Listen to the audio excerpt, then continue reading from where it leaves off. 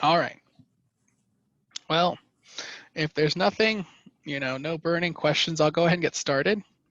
The first thing I'd like to do is just kind of introduce myself, tell you a little bit about me, so you can kind of get a little bit better familiarity with me. I've had some of you who were fortunate enough to take my membranes class, which I appreciated tremendously, even though with it moving to an online, that kind of really hurt the class in a lot of ways, and I apologize.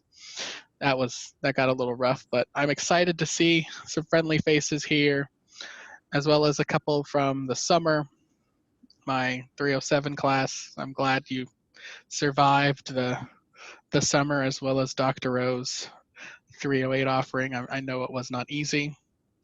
And I welcome you all, even those that I have yet to meet, here in 317, which is a fluid mechanics and heat transfer, which is really two classes that for some reason we thought it would be a great idea to glue together and see what happens, which I think it works. As an instructor, as a student, that just means you might feel at times that you're being, fed through the fire hose. And so I do what I can to mitigate that and ensure that the pace that we set in this class is reasonable. Now, in the past, I know there's been a lot of issues because this being a senior course, it butts up literally right next to senior design, which often at times is kind of all consuming. It's like the black hole of the senior fall semester. So I always tell seniors to be careful to not forget about life, friends, family, as well as other courses like this one. Make sure that, you're balancing things pretty well. So this is a course that delves into fluid mechanics, heat transfer, the key principles, equations, but with emphasis on application and equipment. And so when that comes to fluid mechanics, we're going to be looking at the mass and energy balances as it applies to fluid transfer systems, looking specifically at the design and operation of pumps, compressors, flow metering systems, and valves. In terms of heat transfer, we look at heat transfer equipment, which is really going to be focused on those heat exchangers, looking a little bit on evaporation, boiling, condensing, and flash systems in that regard. So it's taking a lot of the principles that I hope you were taught in transport as well as 308 and kind of pushing them a little further. So a little about myself. I went to the University of Arkansas, which isn't too far from here, for my bachelor's, and I ended up staying there for my PhD. And so I graduated with my bachelor's in 2011, PhD in 2015. From there, I did a postdoc, which is literally just meaning you have a doctorate, but they still want to treat you like a grad student.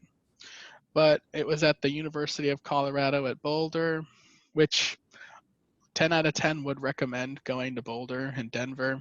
Great place, wonderful people. The climate is nice, and the mountains are definitely a plus. So I spent a little over a year over in the Boulder, Denver area. And then I started working here as an assistant professor at Ole Miss in 2016.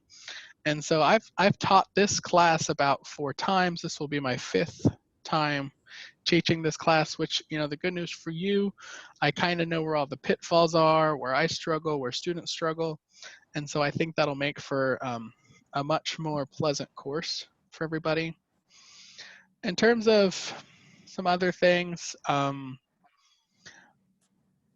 me think. Socialization has always been an issue now these past few months, right?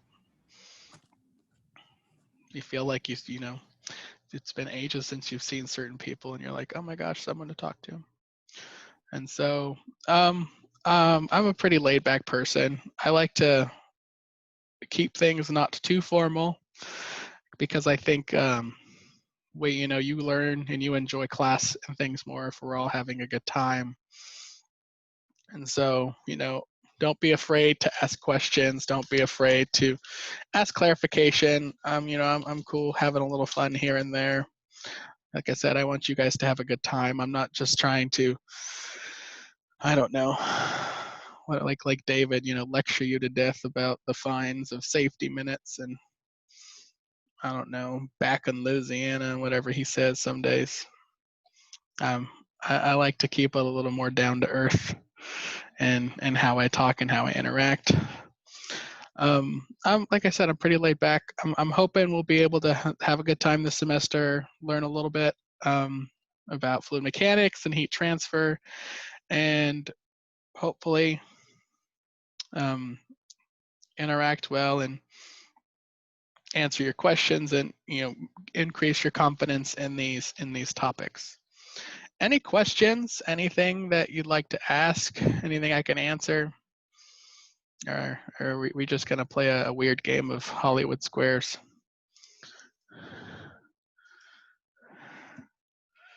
Nobody has any questions. You all have all the questions, so I can just skip straight to the final and we just call it a day. All right. So the next thing I want to do is we'll jump into the syllabus. Everybody's favorite part about Zoom is where we do the share screen. This is the part where I probably need to squint my eyes. Oh, it's being stupid. All right. So hopefully on the screen opposite to, whatever thing you've got on Chrome, you should be seeing the syllabus for this class. So if this is 317, Fluid Heat Transfer, if you manage to accidentally walk into this class, congratulations. I don't know how you do that via Zoom. So in this class, we'll talk a little bit about the course description, learning objectives. I stated this earlier, it's going to be primarily looking at fluid mechanics and heat transfer as it applies in chemical process systems with emphasis on equipment. One thing we'll jump in on pretty early is mass and energy balances in fluid mechanics. Because the way I've designed this course is the first half is going to be focusing on fluids and the second half is going to focus on heat transfer, because you really can't learn heat transfer until you learn fluids. And so that makes the progression fairly straightforward. And so we're going to be looking at mass and energy balances in fluid mechanics systems. One thing we'll jump in on is momentum balances, and that's something you really don't see in any other course beyond fluids, is the introduction and application of momentum balances. And it sounds scary, and it's because it is, primarily because it's a weird way of looking at systems that you see in statics where it's like force balances, but you're looking at the way fluid manipulates those balances. And so they're like a force balance, but the most correct way to discuss them is the momentum balance, because that's the way we can accurately describe these systems. And so there's microscopic momentum balances and there's macroscopic, and we'll take a look at both in this class. And so I mention it because it's one of the biggest sticking points for students, primarily in the first half of the class, because it is a very difficult concept to really grasp in a lot of ways. So I give you the heads up today so that, when we finally get there in a few weeks, you're going to say, oh crap, this is momentum balances.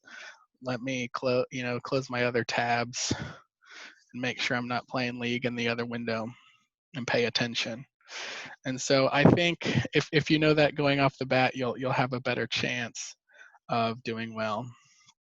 One of the things that we also jump into after we really look at incompressible fluids is compressible flow, and how gases move through piping systems and the resulting influence of the fact you can't assume density is constant, and it makes things a lot more complicated.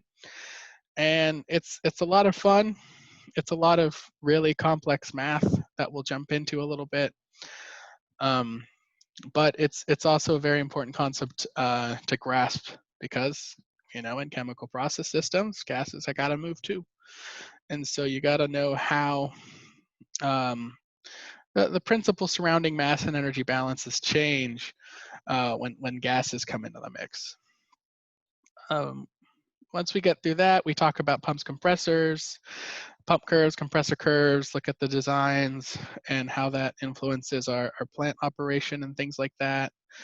And then we switch gears and really jump into heat transfer, which the good news with heat transfer is a lot more straightforward in terms of grasping the concepts.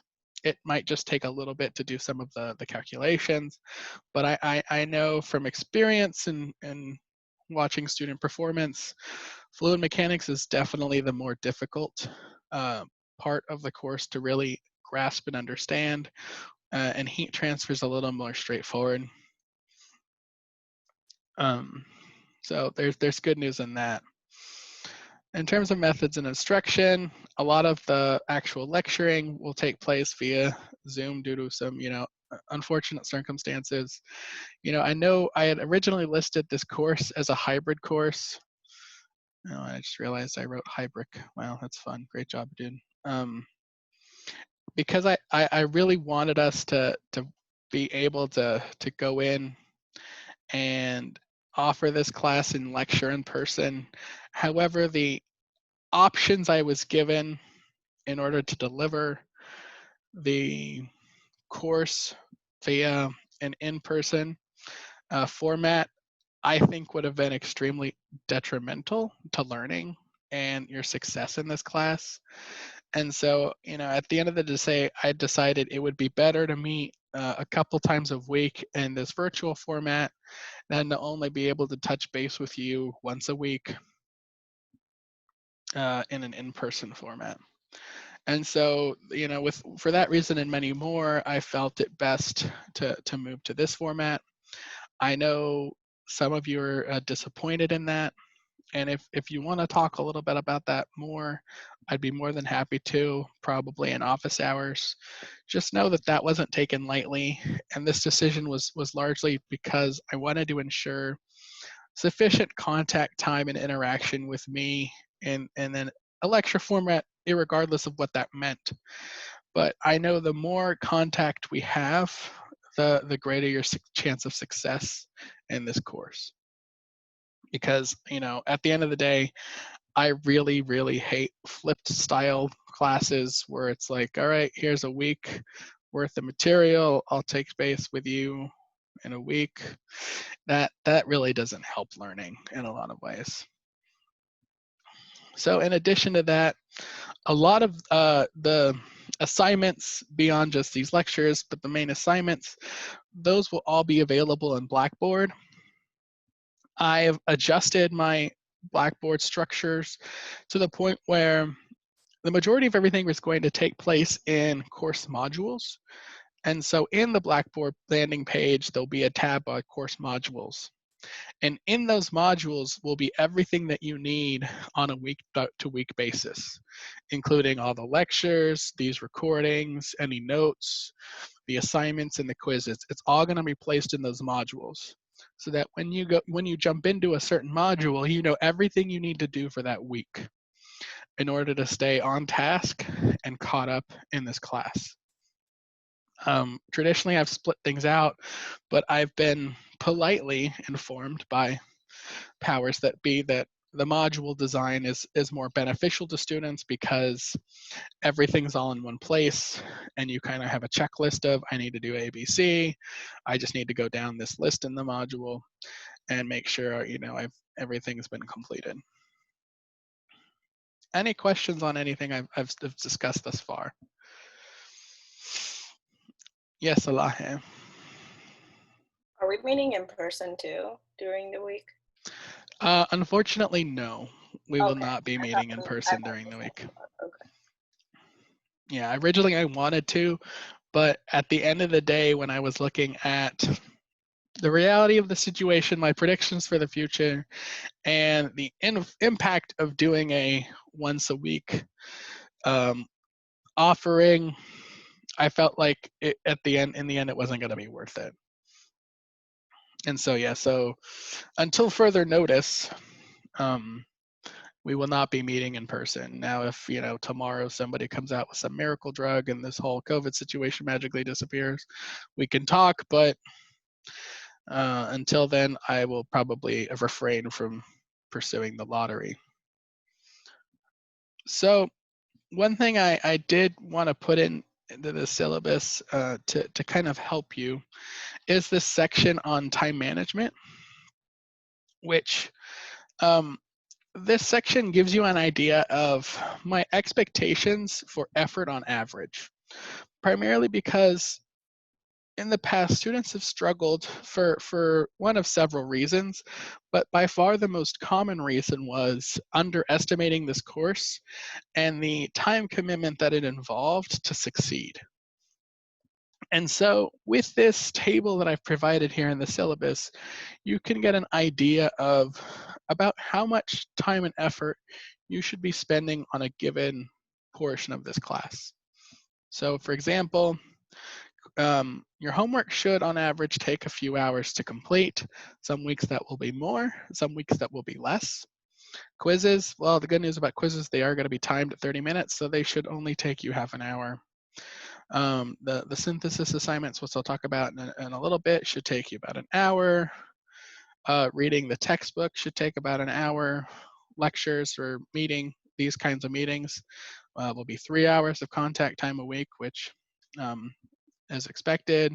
I've also put in offers hour interactions because I expect every student to spend a little bit of time with me in office hours, and I'll talk about that here in a second why. And then final general studying, which is really just making sure you're organized in this course in terms of the concepts, what you're doing with the course, and any issues in terms of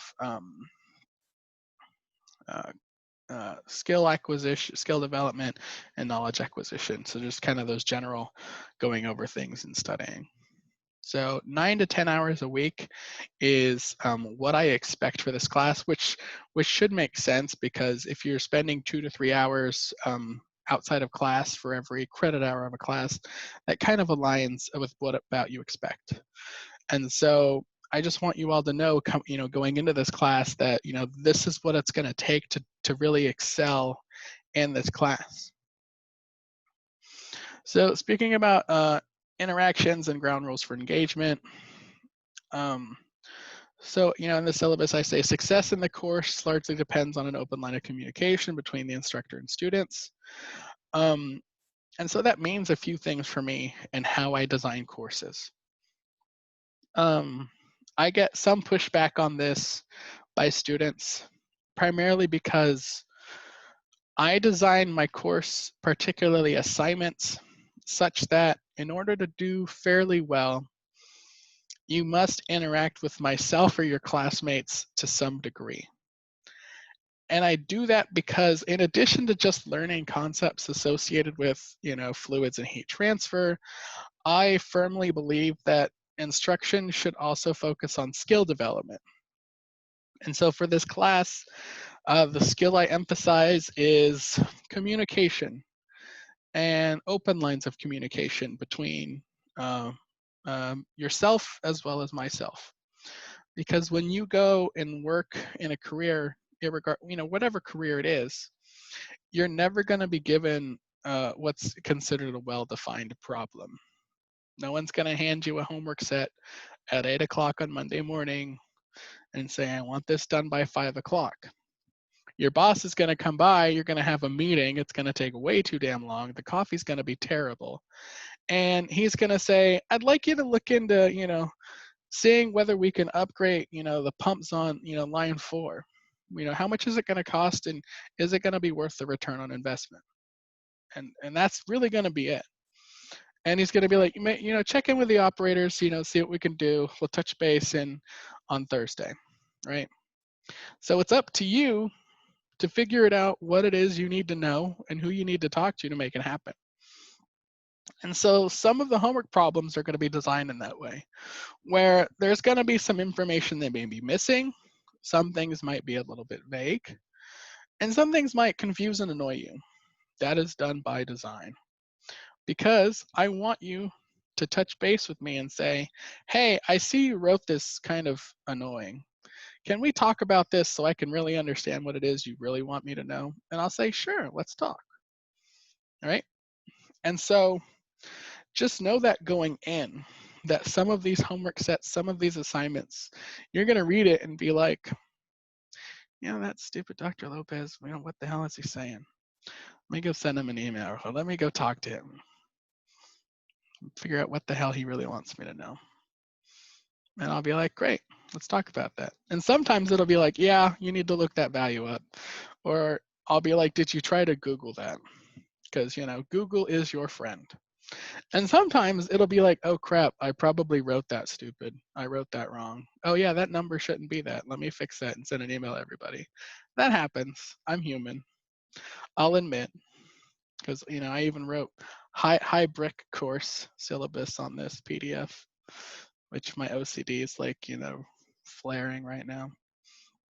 So sometimes it can be that. And like I said, I want you to have the confidence to come to me, or, just, talk with your classmates and be like, are you having issues here? Is it just me? Or is this really confusing, or does this not make sense?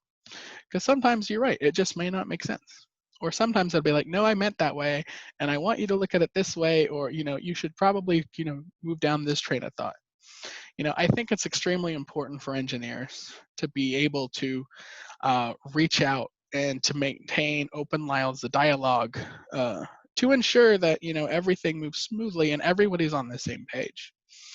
And so just, know that going in. And if that annoys you, I'm sorry, but you got to learn some way. And I think the best way to learn is just doing it. All right, any questions on that? We good? No? All right, so homework and assignment submissions. So the way I do homework, it's assigned every Thursday in Blackboard and due on Friday by midnight in Blackboard. So what that means is I will release a next week's course module the Thursday before the week we jump into it. And the assignments will be due the following Friday. So you'll have a week and a day to complete the assignments. In addition to that, I offer one late homework every semester. So you get a free pass because life happens, tire got flat, my cat got sick and I had to take her to the vet. Those kinds of things. I get it. Life happens and I don't want to be the hard ass that says, too bad, wah, you got to take this year. That's just rude. So I give everybody a free pass so that if you need to burn it, go ahead and burn it. However, I only give you one free pass because if life's really happening to you this semester, we should probably have a conversation. So beyond that, outside of extenuating circumstances, I only offer one late homework. The one thing I will say is don't burn your one pass just because you're tired or you just really want to go out that night and things like that, or especially early in the semester. Don't burn your pass the first few weeks of the semester, because then when things get really hairy in the semester, you're going to go, man, I really wish I had that late homework pass. The one thing I do say in terms of late homework is you really don't have to tell me if it's late, because I can see it in the system. But prior to every midterm, I release my homework solutions. And so you have to have those late homeworks submitted before I release solutions, because once I release solutions, any solution I just gave out, I won't accept that homework. And I do send an email that says, all right, I'm going to release solutions for homework sets 1 through 4 on Friday. So make sure, you know, that late homework is in by Thursday. Because I would rather give, you know, help for everybody to study the test than one person to have, you know, some more points on their grade, right? The needs of the many, and so on and so forth. Quizzes. I'm instituting quizzes in this class. They're going to be 5 questions, multiple choice on Blackboard. They're going to cover key concepts with reading as well as just lectures, homework, and everything. They will be timed at 30 minutes. So make sure you understand going in that they are timed. I think 30 minutes is plenty of time to do some of these. You know, if it's taking you that long, you just flip the coin, roll the dice, do what you got to do. One of the things about my quizzes is I do make them a little difficult. So just kind of be prepared going into it that they are going to be testing core concepts and not just can you do the calculations, just because I don't like those types of quizzes. I like them to be a little more higher level. With that, I expect the quizzes to be probably the last thing you complete in a course module. So they are due by Sunday at midnight.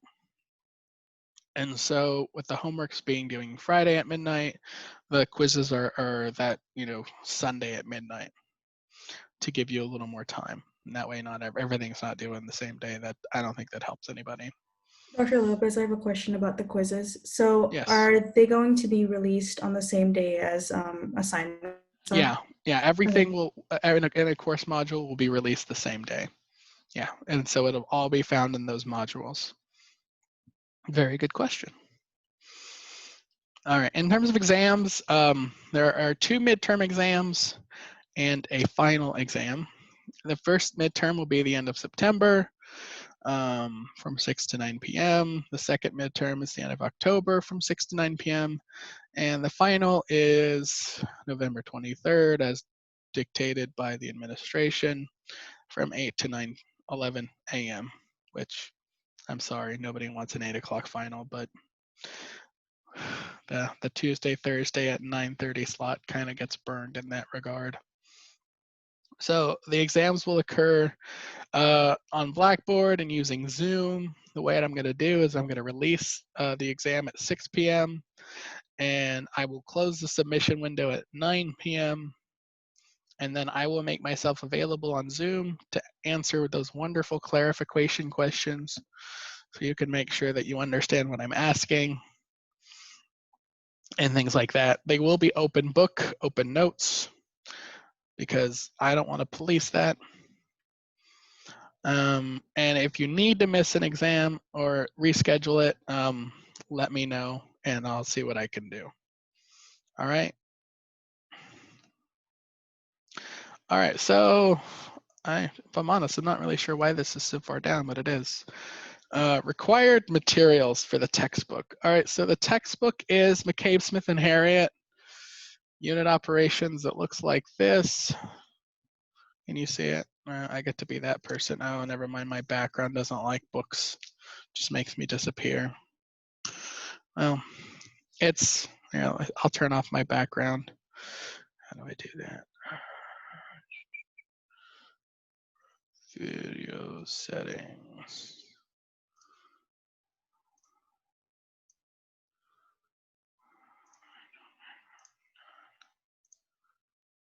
No, I just deleted my background. So now I'm in a room on fire. Oh well. There it is, none. So, oh cool, it's mirrored. Unit operations, it's the blue book. Everybody loves and hates it. One thing I will say about the book, I'll go back to my space one, is it's a good reference text in that it's the information's there and it's organized fairly well. However, it's not going to do a great job teaching you things.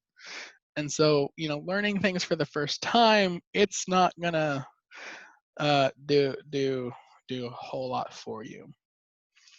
And so if you're someone that really wants to have a solid textbook that you can kind of jump in and be like, oh, that's what it means. I recommend the two texts at the bottom of my recommended materials section.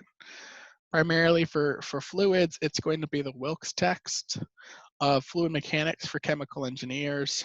That's going to be a very an excellent book to teach yourself in terms of you're having issues with certain concepts. And you can, it's fairly inexpensive if you find an older edition. Yeah, I found it on eBay for $15. In terms of heat and mass transfer, if you need something with a little more robustness, the Sangal text, which did you guys use Sangal for transport? Yes or no? Yes. So it's an excellent text in terms of heat transfer because it does a very good job explaining things. Like I said, the unit operations is good. It's just the way it's written is very dry and very dense.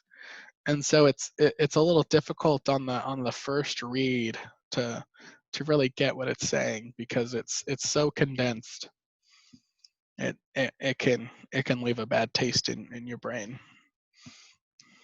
And as always, Learn Chemie has some excellent resources, tutorial videos and certain concepts if you're having issues. The reason why I choose unit operations is there's not very many textbooks that have information associated with both fluid mechanics and heat transfer in the same text. And so instead of requiring two textbooks, which just seems really greedy, I chose the one because technically everything's there and the organization is fairly decent. It's also required in separations. I believe Brenda uses unit operations, if I'm correct, in her class. And so want to cut down on those textbook costs as much as we can. And any questions on textbooks? I know they're expensive, and I wouldn't condone Googling the names of these, .pdf. That would be a terrible thing. Terrible thing that I have a website they can look it up and put Well, email. anything that you do in a chat or email is outside of my control. We gotta be respectable. All right, so internet access. If you're here, I assume you have internet access, and if not, well done. I don't know how that happened. I preferably high-speed internet. I know you really don't have any control over that. You're not a CEO of the evil corporations of Comcast, AT&T, and Verizon. But internet speed does help. So when you're multitasking in this class, my face isn't so choppy.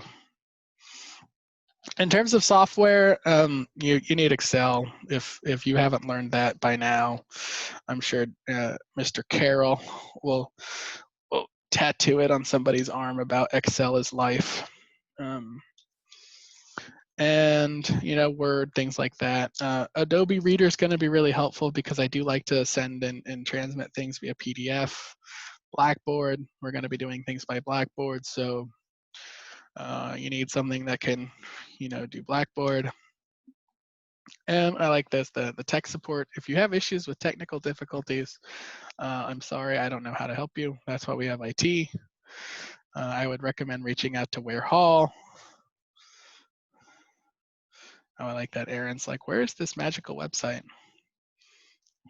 Oh, let me turn on private chat. Everyone public, there you go.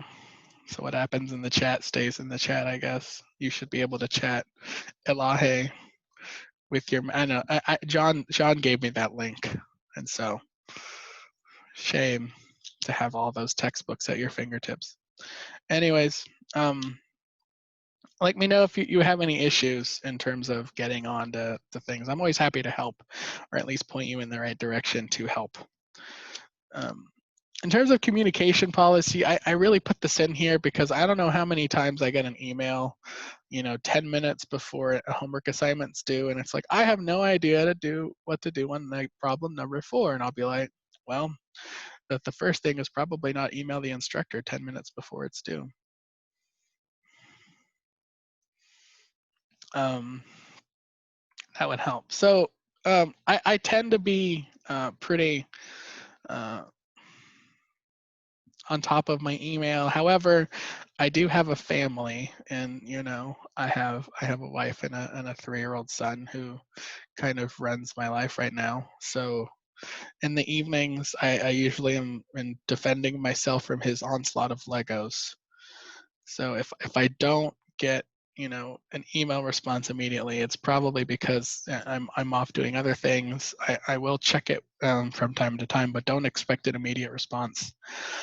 Also, for this semester, I'm instituting a new rule that basically 12 hours before a homework deadline, I may not answer a homework question.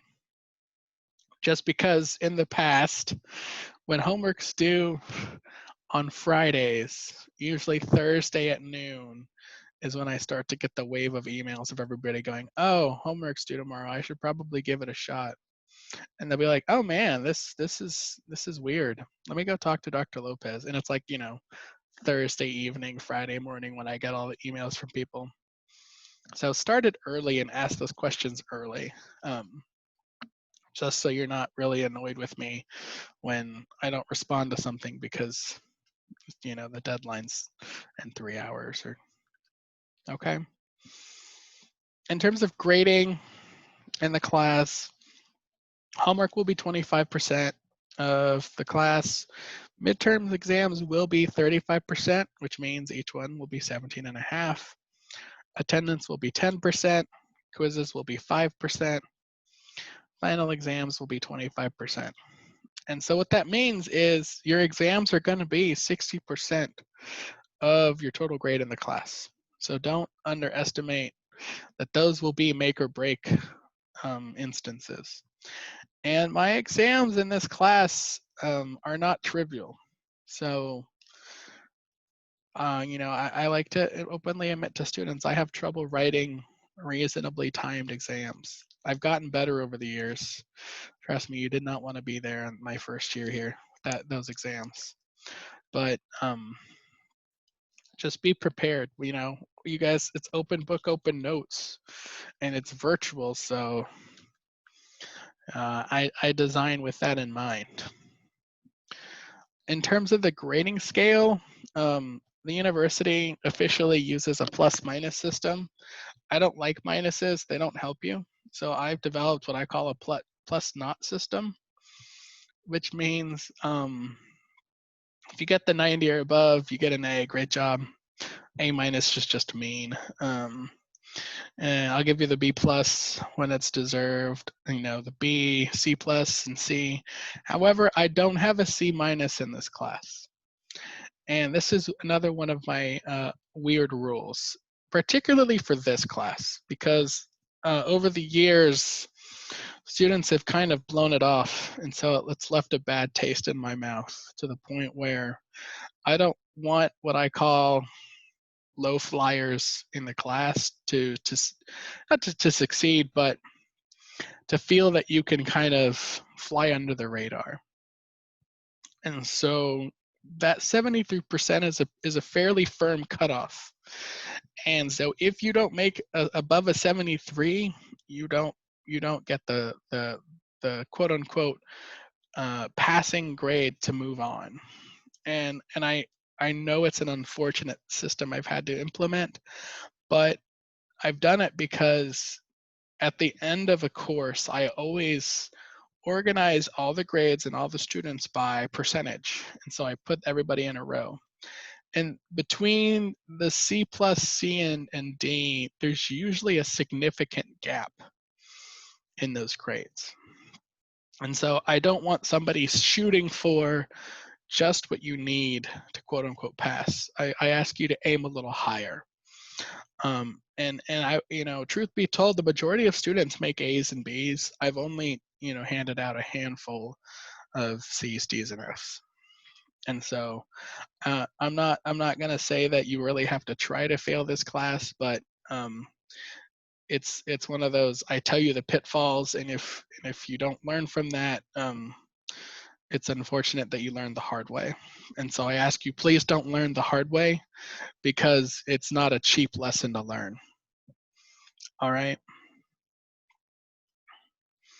Any questions on my grading and my grading policy? Hopefully everything I'm saying makes sense, even though it's a little weird. But just know that I've designed a lot of these systems and policies due to experience, or due to students thinking, especially, quote unquote seniors, thinking that, they can beat the system. So if you don't like this, you can, I don't know, go talk to some of those alumni and being like, thanks. You made Dr. Lopez make this more complicated. All right, attendance policy. I will take attendance because while we can have a lengthy debate on whether it should make sense to take attendance in a college class, I know you're all adults, but at the same time, I was 20 something once too, and now when I look at myself now versus then, I didn't feel like I was an adult. And I think it's important that you attend class, right? You're paying for this. You might as well get what you pay for.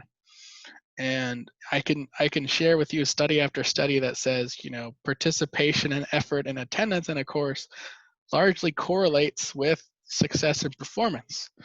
And the ultimate goal for myself, which I think as well as for you, should be that you should want to succeed and do well with this course, which means I want to do everything I can to make sure you succeed in this course. And if an obnoxious attendance policy is going to help, well, an obnoxious attendance policy it is. And so I will take attendance. It's a little weird. I'm still learning the best way to do it. Right now I'm just doing screenshots of our Brady Bunch Hollywood Square system. But I usually will confirm the absences with students. But once again, I understand that life happens. And so if something comes up, if you got an interview or if something happens, you're not feeling good, I get it. That's part of why I record these lectures and I put them on Blackboard.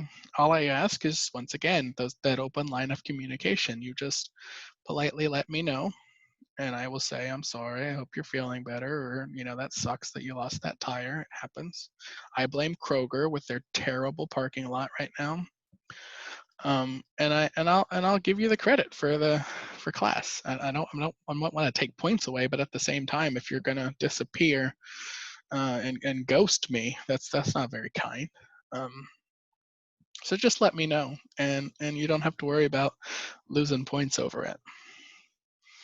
And like I said, if I ask for 12 hours in advance, but at the same time you don't always know that you're about to lose a flat tire. So like I said, as long as you just send me that email, you let me know, we'll be fine.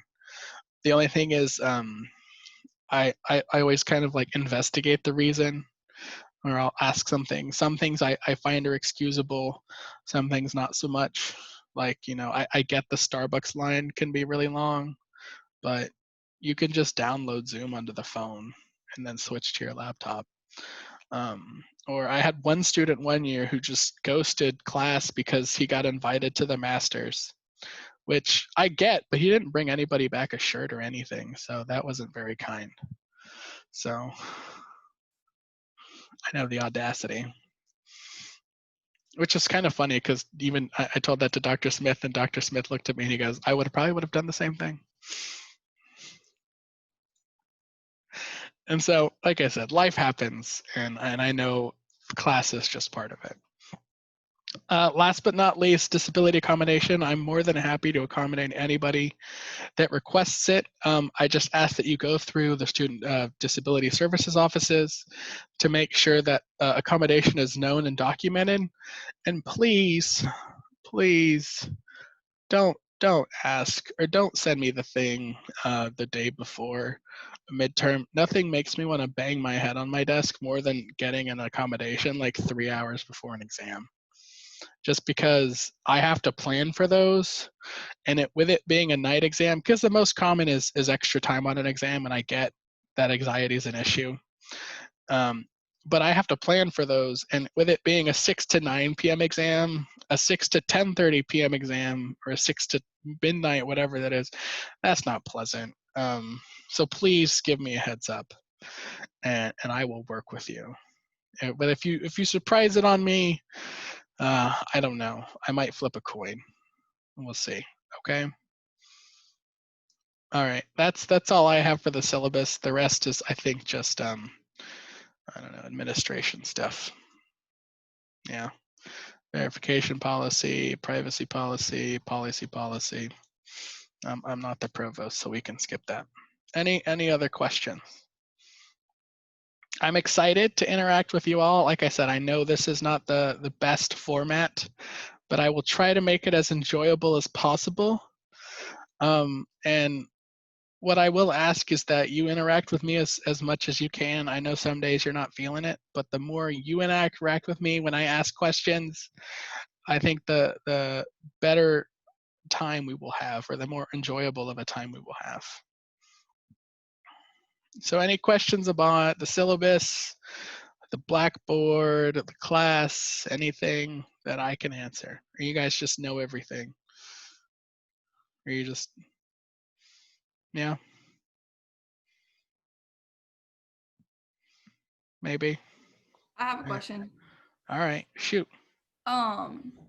You said that homework was released on Thursdays. Is it released at the beginning of the week or on Thursdays? The beginning, it'll be the week before. Thursday. So you'll have a week and a day to complete assignments. Okay. Except for this week, but everything's kind of short this week. So I didn't feel bad releasing it last Friday, talking about it today, and then giving out till this Friday and Sunday to do it. So we have homework due Friday, right? You do have homework due Friday and a quiz on Sunday, but I in theory you should know like at least 60% of it, because a lot of it's just review. Yes, sir. Thank you. Of course. Any other questions? No? Okay. Let's see what I did. So we have about 20-25 minutes. So I will go ahead and start jumping into the first lecture. Now, the way I like to do lectures in this class is I do what I would do essentially in person, which is take notes on my little virtual board.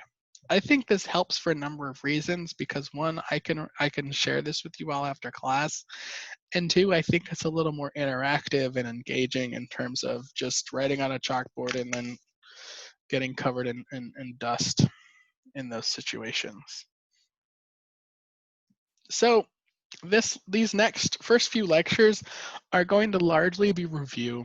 However, I think they're important because while it may feel remedial, a lot of these concepts are what I would consider some of the biggest pitfalls that students will make in this class. And so I feel it's pertinent to say, here's a hole, your gals are probably going to fall into it at some point, just so when you do, I can say, told you so. Okay? So the first thing I want to talk about are units and dimensions, which the first thing I would mention is ask myself, what is a dimension? How can we define it?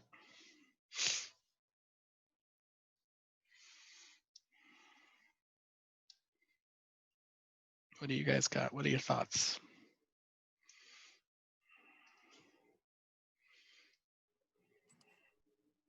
One thing that comes to mind is a property of a substance or otherwise that can be measured in some way. Very good. Yes. A property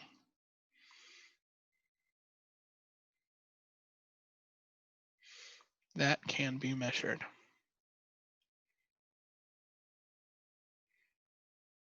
I'll take it one step further. Or calculated based on pre-existing properties.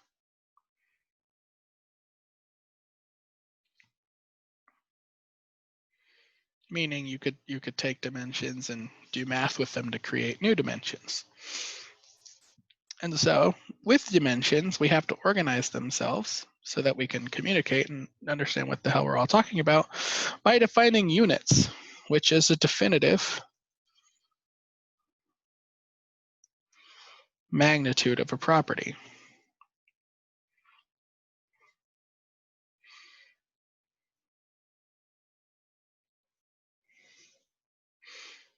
Defined and adopted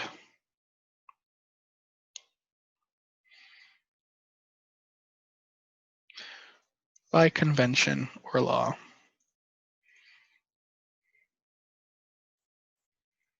Yeah, or I'll say AKA, it's a standard. Right? So we measure things, we give dimension in our world, and in order to understand and compare, contrast, and communicate effectively, we organize those dimensions via units. And so examples, we could talk about, temperature. We have degree Fahrenheit for us, degree Celsius for the rest of the world, degree Rankine, Kelvin for us science people. Pressure, this is where the party starts.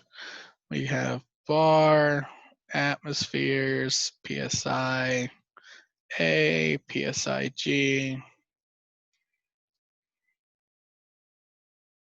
kilopascals, you want to say millimeters of mercury, inches of water, so on and so forth. We also can look at things like work, heat, joules, foot-pound force, watts, and BTUs for heat, which, is fun because BTUs, for those of you that are not inclined, British thermal units, yay imperialism. And there's also for heat, because this is a heat transfer course, something we can define, which is a therm, which is 100,000 BTUs. Because apparently it's easier to just talk about things in made up units. And so I bring up units and dimensions in terms of the first thing in this class, because this is where a lot of the engineering calculations, particularly as it associates to fluids, these are where things go south. And they go south because by convention, the majority of piping and instrumentation systems and conventions in the US are done in the English system. The good news is it's slowly changing. However, a lot of things are still described using the English system, which means a lot of the units and things are like, whose line is it anyway? Because it makes you feel like the units are made up and the calculations don't matter, but they do. And so I like to point out these key concepts to let you know these are the things that are going to get screwed up in your calculations, and be careful. So let me jump back into it and go over a few more things. And so the key things that we have to consider are the conservation of units. And where I state, the numerical values can only be added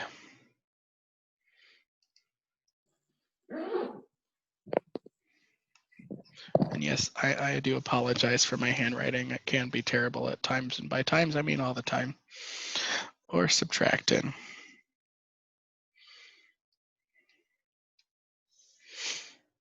If the units are the same.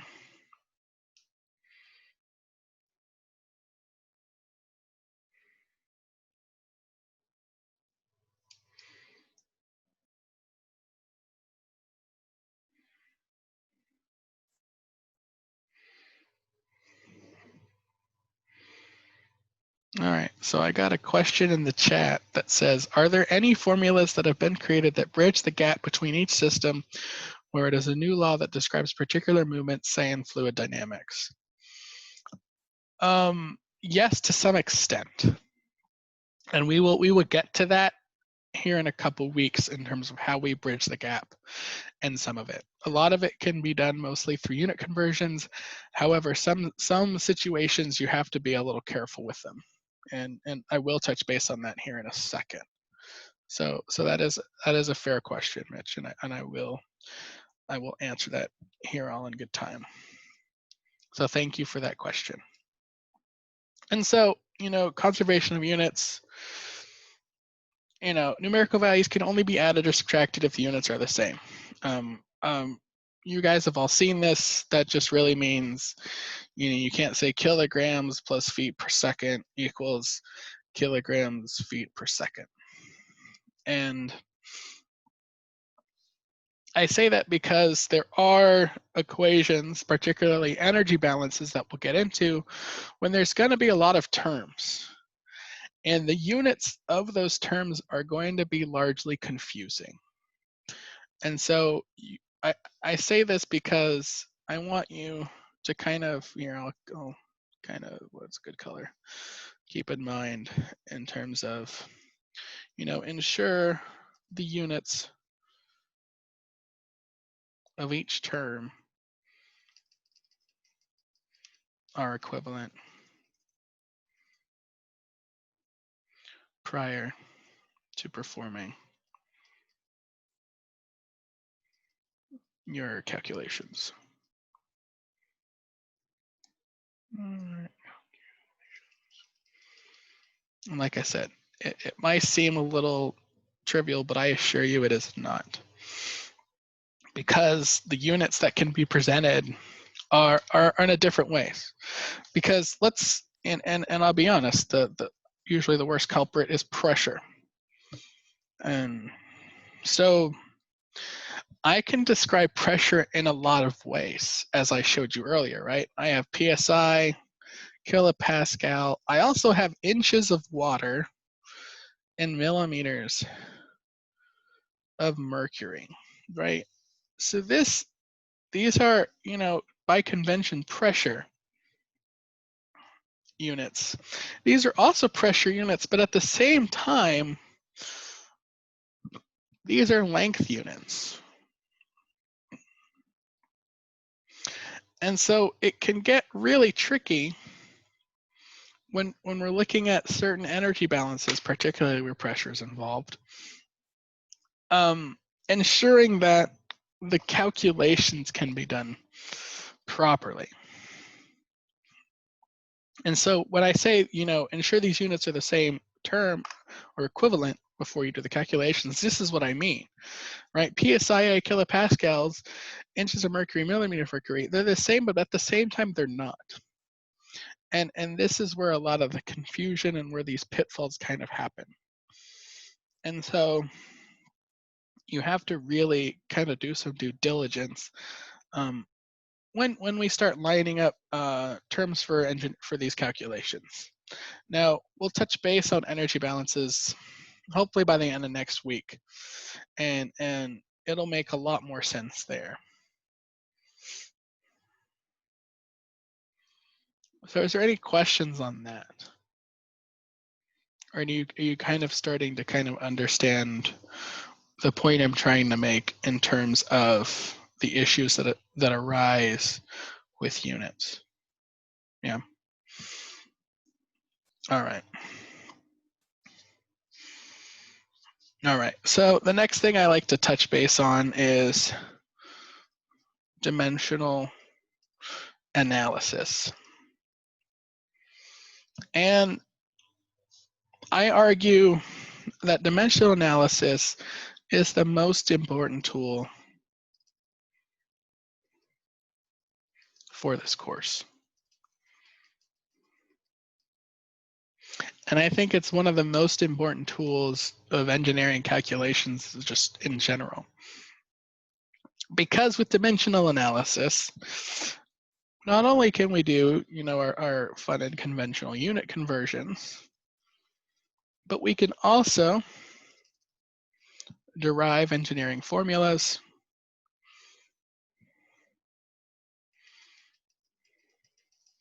and confirm calculations. And I say this because this becomes really important when in this class. I need to make a better star. Because you want to have some degree of confidence in the calculations you perform. And so dimensional analysis is a good way of record keeping with those calculations to make sure that things make sense. So let's look at an example of this. We'll do a simple, straightforward one. How many foot-pounds are in 500 watt-hours?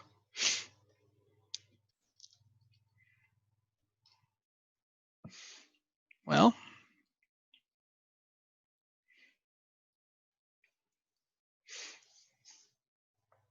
I know in 1 hour, I'll do the easy one, there's 3,600 seconds. And 1 watt is a joule per second.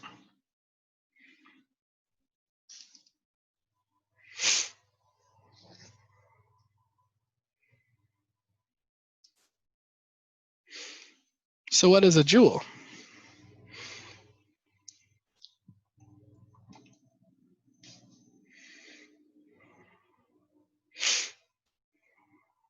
Well, a joule is a kilogram meter squared per second squared.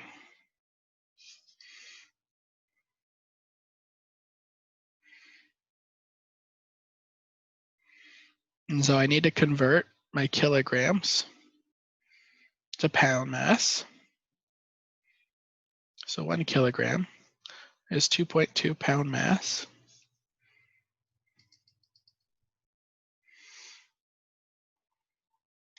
And here I'll zoom out because I can. And so I always like to take stock of where I am with my unit. My watts are gone. My hours are gone. My joule is gone. These seconds are gone. Kilograms are gone. So I'm looking right now at pound mass, meter squared per second squared. So I need to convert my meters to feet.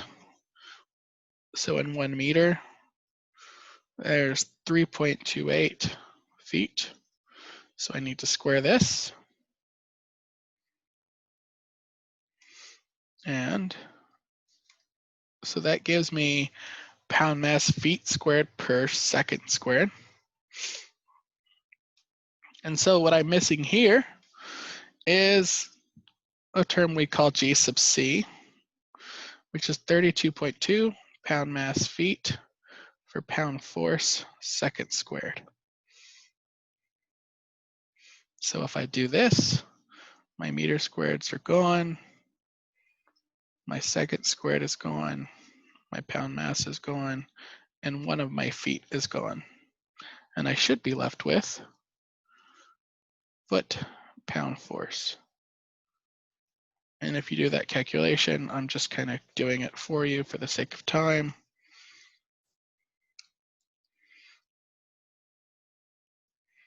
.33 times 10 to the 6th. So let me touch base on this real quick. G sub C. Pound mass foot for pound force second squared. Are you all familiar with this gravitational constant? Yes, no? Okay, you've seen it before. What I will tell you is this is one thing you really want to know in this course, because when you're doing some of these fluid calculations, particularly in engineering units, I always like to say, well, when in doubt, see what G sub C can do for you.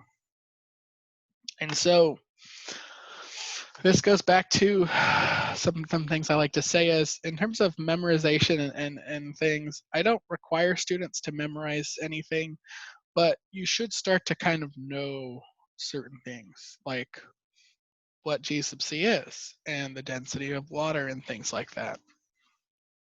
And so I hope over time and over the course of doing calculations, working through assignments, you kind of start to recognize the common threads in this course. And I will say G sub C will definitely be one of those common threads. So just make a note. It's going to be extremely important in the class, and you're just going to have to be really comfortable understanding its units and how it can apply in engineering calculations.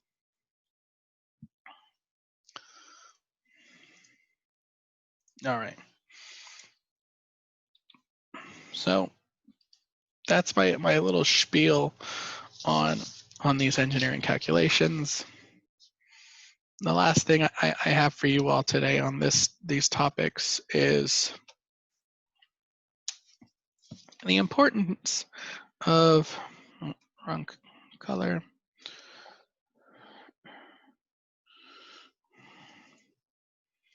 dimensionless groups. And so I kind of roughly define dimensionless groups as generalizations of phenomenon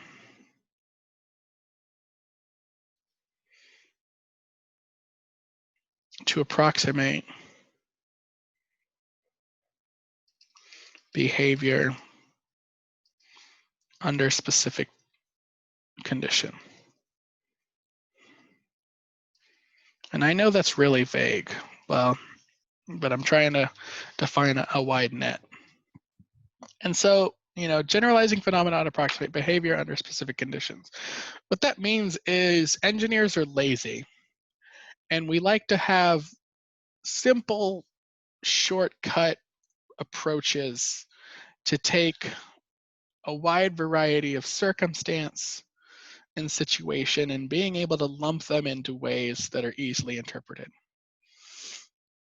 And dimensionless numbers allows us to do that, right? If I can do a rough off-the-hand calculation, get a number that's dimensionalized, that takes into account a lot of different factors, then I can kind of get an idea of what to expect from that situation, that process, that piece of equipment. And that's the beauty of a dimensionless number. It's saying, let's take all these variables, stick it in a one-pot wonder, and ask ourselves, what does it tell us? And you find these all over engineering. Things like the Reynolds number, the Schmidt number, the Sherwood number, the Nusselt number, the Prandtl number, the Domkoller number, 1, 2, 3. Why is there 3? I don't know. This guy was greedy. And there are ways in which we can get a quick handle on specified situations. And so these are going to be extremely important as it relates to fluid mechanics and heat transfer, because we use a lot of these, particularly Reynolds, Nusselt, and Prandtl, to define and describe situations involving the transportation of fluids. That allows us to get a quick idea of what to expect from a wide variety of fluids, but boiling it down to just a few key parameters. And so that's the beauty of those systems, and that's why they're so prevalent and they're so powerful in engineering calculation and analysis. Any questions?